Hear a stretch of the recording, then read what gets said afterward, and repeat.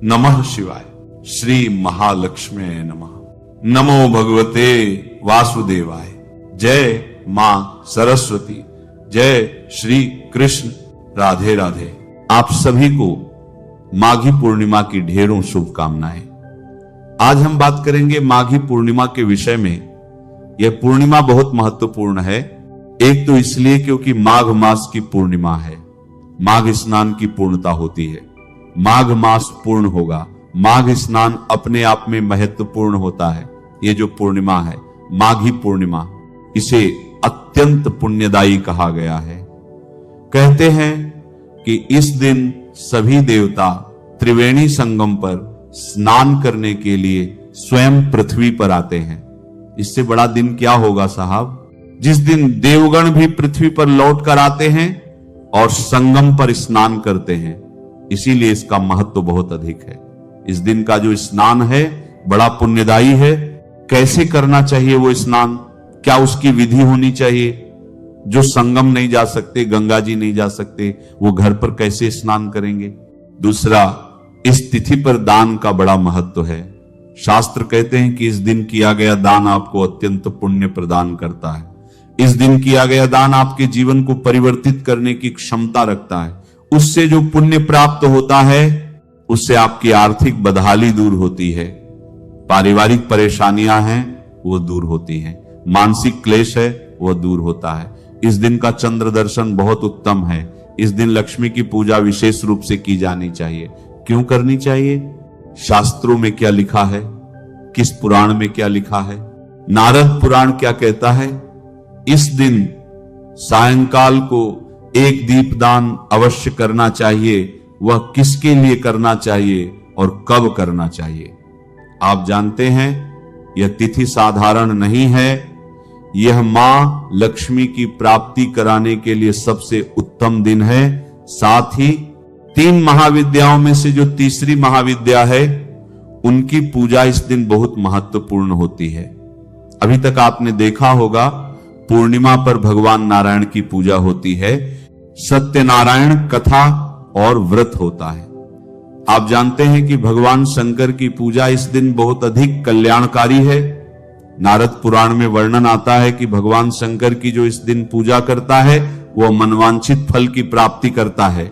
मां की पूर्णिमा बहुत बड़ी और बहुत महत्वपूर्ण होती है। यह बहुत अधिक पुण्य देने वाली होती है। मैं आपसे यही कहूंगा, इस तिथि का लाभ अवश्य उठा लीजिएगा, क्योंकि इस दिन आप जो पूजा पाठ करेंगे, जप तप करेंगे, दान करेंगे, वो आपको हजारों गुना अधिक पुण्य देने वाला होगा। जो पहला कार्य आपको पूर्णिमा पर, माघी पूर्णिमा पर करना है वो है माघी पूर्णिमा का स्नान। क्योंकि मैं विधि से चलता हूं, नियम से, कि मनुष्य पहले क्या करता है फिर बाद में क्या करना होता है, उसी के अनुसार मैं चीजों को बताता हूं। वरना मेरे पास एक बहुत महत्वपूर्ण उपाय भी है आपके घर के सभी संकटों को दूर करने के लिए। पर पहले स्नान की बात करते हैं। शास्त्र कहते हैं कि माघी पूर्णिमा पर तिलयुक्त जल से स्नान करना चाहिए। जो मनुष्य तिलयुक्त जल से स्नान करता है वह वैकुंठ लोक को प्राप्त करता है, नारायण को प्रसन्न करता है। इसीलिए इस दिन आपको तिलयुक्त जल से स्नान करना चाहिए। सबसे उत्तम स्नान कहा गया है प्रयाग तीर्थ में। अगर आप प्रयाग के संगम पर आज स्नान करते हैं तो वह सर्वोत्तम स्नान है, क्योंकि स्वयं देवता इस दिन स्नान के लिए आते हैं। पर सबके लिए संभव नहीं है कि वहां जाकर स्नान किया जा सके, और सब चले जाएंगे तो फिर वहां आ भी नहीं पाएंगे। सारे जो लोग घर पर हैं वो कैसे स्नान करें? बड़ी बात यह है क्योंकि अधिकतर लोग घर पर ही रहने वाले हैं। तो आप सबसे पहले तो सूर्योदय से पहले स्नान करना है। आपको पहली शर्त यह है कि सूर्योदय से पहले स्नान करेंगे। जो स्नान के लिए जल आप भरेंगे उस पात्र को अच्छे से धोइए, उसमें पहले थोड़ा सा गंगा जल भरिए, चाहे 2 बूंद ही गंगा जल के डालिए। पहले गंगा जल डालिए, फिर थोड़े से काले तिल उसमें डाल लीजिए। अब उसमें जल भरिए और फिर आप उससे हर हर गंगे बोलते हुए स्नान कीजिए, या अर नमो भगवते वासुदेवाय बोलते हुए स्नान कीजिए। यहां पर एक चीज ध्यान देने वाली बात है कि इस दिन आपको उबटन, तिल के उबटन का प्रयोग करना चाहिए, या आप जो बेसन का उबटन बनता है वह प्रयोग कीजिए, परंतु साबुन आदि का प्रयोग ना कीजिएगा। ये जो स्नान है यह बड़ा महत्वपूर्ण है। इस दिन का सूर्योदय से पहले किया गया यह स्नान भगवान नारायण की प्रसन्नता के लिए महत्वपूर्ण है, और इससे भगवान नारायण की प्रसन्नता आपको प्राप्त होगी, आपके पापों का नाश होगा। तो यह माघी पूर्णिमा का जो स्नान है इसे आपने अवश्य करना है, ध्यान दीजिएगा। स्नान करने के बाद दूसरा कार्य, स्नान आदि करके आपको आज के दिन भगवान सूर्यदेव को जल अवश्य देना है। भगवान सूर्यदेव को दिया जाने वाला यह जल बड़ा कल्याणकारी होगा। सूर्य को जो जल देंगे उसमें थोड़ा सा गंगा जल, थोड़े से लाल पुष्प, थोड़ी सी रोली और साबुत अक्षत यह डाल दीजिएगा, और फिर उससे आप सूर्यदेव को अर्घ्य दीजिएगा। अर्घ्य देने के लिए जो समय होगा, क्योंकि माघी पूर्णिमा पर सूर्योदय होगा 7:13 पर, अधिक से अधिक समय है 9:13 तक, क्योंकि सूर्योदय से 2 घंटे के अंदर अंदर आपको अर्घ्य दे देना चाहिए। उससे अधिक समय लगाते हैं अगर आप, तो आपको एक पश्चाताप अर्घ्य देना पड़ता है, फिर विधि बदल जाती है। सूर्य को कब आप अर्घ्य दे रहे हैं उसके अनुसार विधि तय होती है। तो पहले घंटे के लिए तो यह विधि है जो हमने बता रखी है, और यदि आप सूर्योदय के 2 घंटे बाद जल अर्घ्य देंगे तो विधि बदल जाएगी, उसमें एक पश्चाताप अर्घ्य जुड़ जाता है, वो भी मैंने उसी विधि में बताया है, तो उसका लाभ अवश्य उठाइएगा। सूर्य अर्घ्य अवश्य देना है। सूर्य अर्घ्य के बाद एक जो बड़ा उत्तम कार्य आपने करना है, मंगल कार्य आपने करना है, यह आपके घर के सौभाग्य को बदलने के लिए है। आपके घर की किस्मत बदल जाएगी इससे, और भगवान नारायण की प्रसन्नता, भगवान नारायण का आशीर्वाद प्राप्त होगा। करना क्या है कि आपको एक शंख लेना है, दक्षिणावर्ती शंख हो तो बहुत उत्तम है, शंख लीजिए, उसमें पहले थोड़ा सा गंगा जल डालिए, फिर उसमें शुद्ध जल भर लीजिए, अब उसमें एक पत्ता तुलसी का डालिए। ये चीजें डालनी है आपने शंख में, पहले गंगा जल, फिर शुद्ध जल और तुलसी का पत्ता। अब शंख को आप भगवान नारायण के ऊपर, अब भगवान नारायण का जो भी स्वरूप आपके पास है, चाहे लड्डू गोपाल की प्रतिमा है, चाहे शालिग्राम भगवान है, या भगवान नारायण की कोई तस्वीर है, उनके या तो 3 बार घुमाइएगा, या तो 7 बार घुमाइएगा, और या तो 11 बार घुमाइएगा। इस प्रकार आपने घुमाना है। प्रतिमा है आपके पास तो प्रतिमा के ऊपर, और अगर आपके पास तस्वीर है तो भगवान की तस्वीर के ऊपर, और उसके बाद ये जो जल है ना, इसके छींटे पूरे घर में दीजिएगा, और जितने भी परिवार के सदस्य हैं सबके ऊपर इस जल के छींटे दीजिएगा। यह कार्य आपकी किस्मत को बदल देंगे। आपकी किस्मत बदलेगी, घर में कोई नकारात्मकता होगी वो सब बाहर चली जाएगी, आपकी किस्मत में कोई नेगेटिविटी होगी वो सब बाहर चली जाएगी। इस कार्य को इस पूर्णिमा पर आपको अवश्य करना चाहिए, यह आपके परिवार की भलाई के लिए है। नारद पुराण में वर्णन आता है कि माघ मास की पूर्णिमा के दिन यदि मनुष्य तिल या सूती कपड़े या कंबल या आभूषण, रत्न, सिर की टोपी, पगड़ी, जूते, ये सब अपनी सामर्थ्य के अनुसार दान करता है, तो पुराण कहता है कि इससे मनुष्य को स्वर्ग लोक के सुख की प्राप्ति होती है। तो यह दान की वस्तुएं हैं जो नारद पुराण में वर्णित हैं। मैं फिर से एक बार बता दूं, काले तिल विशेष महत्वपूर्ण होते हैं। तिल का दान इस दिन बड़ा कल्याणकारी है, तो तिल का दान कीजिएगा। तिल, जूते, कंबल या सूती कपड़े या स्वर्ण दान, रत्न, आभूषण का दान, ये सब मनुष्य को दान करना चाहिए। और कितना करना चाहिए? सामर्थ्य के अनुसार, आपके वैभव के अनुसार। सीधा लिखा है पुराण में कि जितना भगवान ने दिया उसके अनुसार दान दीजिए। कोई अधिक पैसे वाला है उसको अधिक दान करना चाहिए। जिसके पास पैसा कम है तो अपने सामर्थ्य के अनुसार करे, लेकिन सामर्थ्य के अनुसार दिया गया दान ही फलित होता है, इसका हमेशा ध्यान रखना चाहिए। तो इस प्रकार से यह दान देना है। किसको दान देना है? सबसे पहले ब्राह्मण को दान देना है। उसके बाद आप किसी गरीब की सहायता के लिए दे सकते हैं, कहीं अनाथालय में दे सकते हैं, वृद्धाश्रम में दे सकते हैं, या आपके आसपास कोई साधु हैं, महाराज हैं, उनको दे सकते हैं।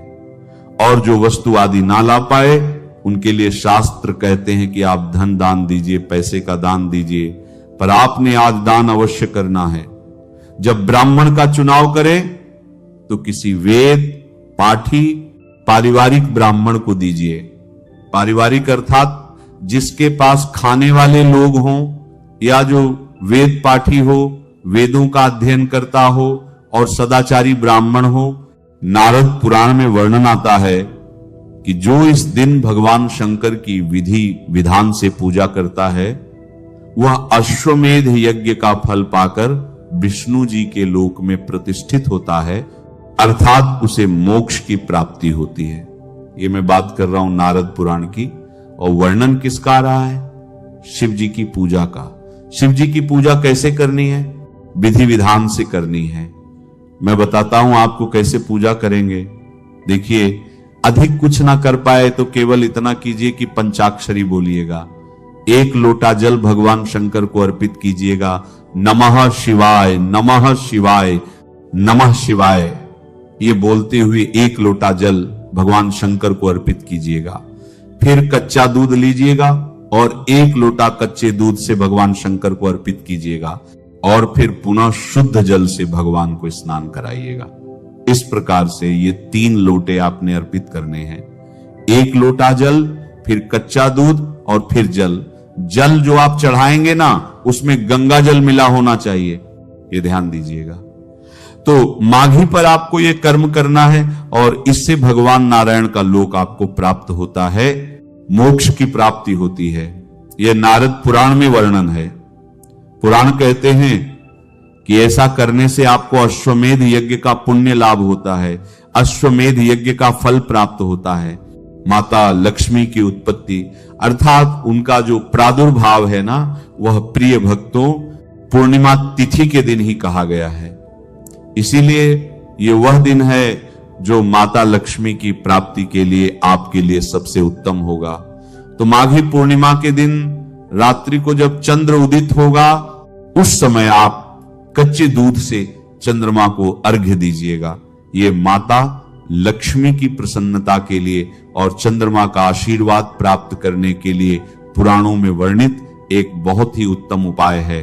और इसी दिन को जब सूर्यास्त हो जाए ना, तो सूर्यास्त के बाद माता लक्ष्मी के निमित्त तिल के तेल का या घी का एक दीपक जलाना है आपको अपने घर के मुख्य द्वार पर। इससे माता लक्ष्मी का आगमन होगा, आपके घर में मां लक्ष्मी आएंगी और आपको खूब धन की प्राप्ति होगी। यह माघी पूर्णिमा पर आपको अवश्य करना चाहिए। माघी पूर्णिमा पर कुछ दान मैंने आरंभ में बता दिए थे, कुछ जो और महत्वपूर्ण है, इस दिन आप तिल गुड़ के लड्डू का दान करें, उत्तम रहेगा। आप भंडारे अन्न का दान करें, बड़ा उत्तम रहेगा। इस दिन आप गाय को चारा खिलाएं, पक्षियों को दाना डालें, चींटियों को उनका भोजन दें। यह कार्य जो बहुत छोटे छोटे हैं, लेकिन यह भी इस दिन बहुत अधिक पुण्य देने वाले होंगे। तो यह कार्य आप कर सकते हैं, इनको कीजिएगा। एक महत्वपूर्ण बात जो आगे रह गई है वो ये कि जो गुप्त नवरात्रि अभी चल भी रही है, तो गुप्त नवरात्रि में जो तीसरी महाविद्या है, 10 महाविद्याएं हैं, उनमें से जो तीसरी है ना, उनका नाम माता ललिता। इनकी जो उत्पत्ति है ना, वो भी शास्त्रों में इसी माघी पूर्णिमा पर ही हुई थी, ऐसा वर्णन आता है। और माता ललिता जो है वो मोक्ष और धन, संपत्ति, दौलत और ऐश्वर्य प्रदान करने वाली हैं।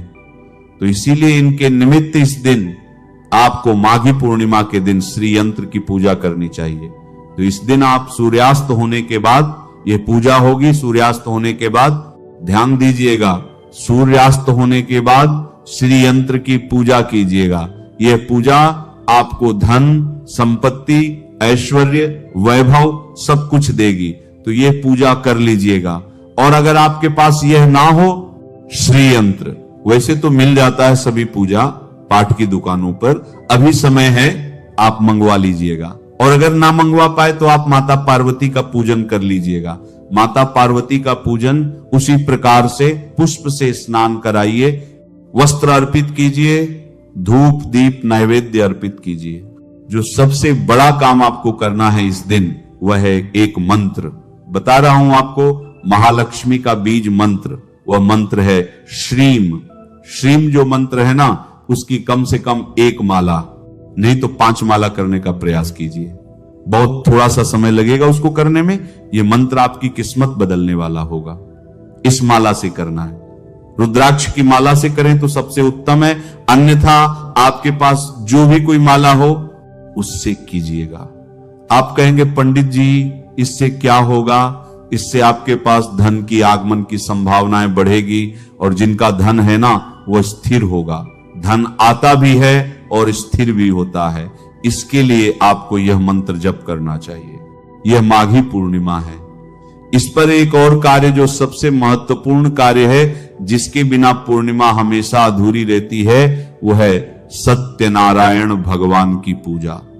सत्यनारायण भगवान की पूजा कीजिएगा। सत्यनारायण भगवान की कथा 5 अध्याय कथा है, वह अवश्य सुनिएगा। सत्यनारायण भगवान की पूजा वही 4 प्रहर की होती है, मैंने पहले भी बताई है। उसमें अवश्य ही इसकी जानकारी दूंगा कि कैसे आप 4 प्रहर सत्यनारायण भगवान की पूजा करें, और 5 अध्याय कथा अवश्य सुनिएगा। सत्यनारायण भगवान की पूजा जो है, पुराणों में इसकी महिमा बहुत अधिक कही गई है, और कलयुग में तो भगवान सत्यनारायण सब कुछ देने वाले हैं। इसीलिए आपको सत्यनारायण की पूजा अवश्य ही करनी चाहिए। ये पूर्णिमा कब है? इस बार तो बड़ा संशय उत्पन्न हो रहा है, क्या करें? देखिए, इस बार चतुर्दशी का सूर्योदय 6 बजे के आसपास हो गया है। इस कारण से पूर्णिमा तिथि जो है वो 1 फरवरी को मनाई जाएगी, क्योंकि पूर्णिमा की शुरुआत हो रही है 1 फरवरी को प्रातः 5:52 पर सूर्योदय से पहले ही।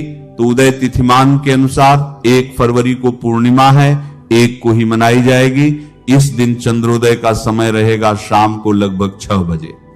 वैसे भी सूर्यास्त के बाद लगभग सभी स्थानों पर जो है चंद्रोदय हो जाएगा। पूर्णिमा का चंद्रोदय जल्दी होता है। भगवान सब पर कृपा करे। नमः शिवाय। श्री महालक्ष्मी नमः। नमो भगवते वासुदेवाय। जय मां सरस्वती। जय श्री कृष्ण। राधे राधे।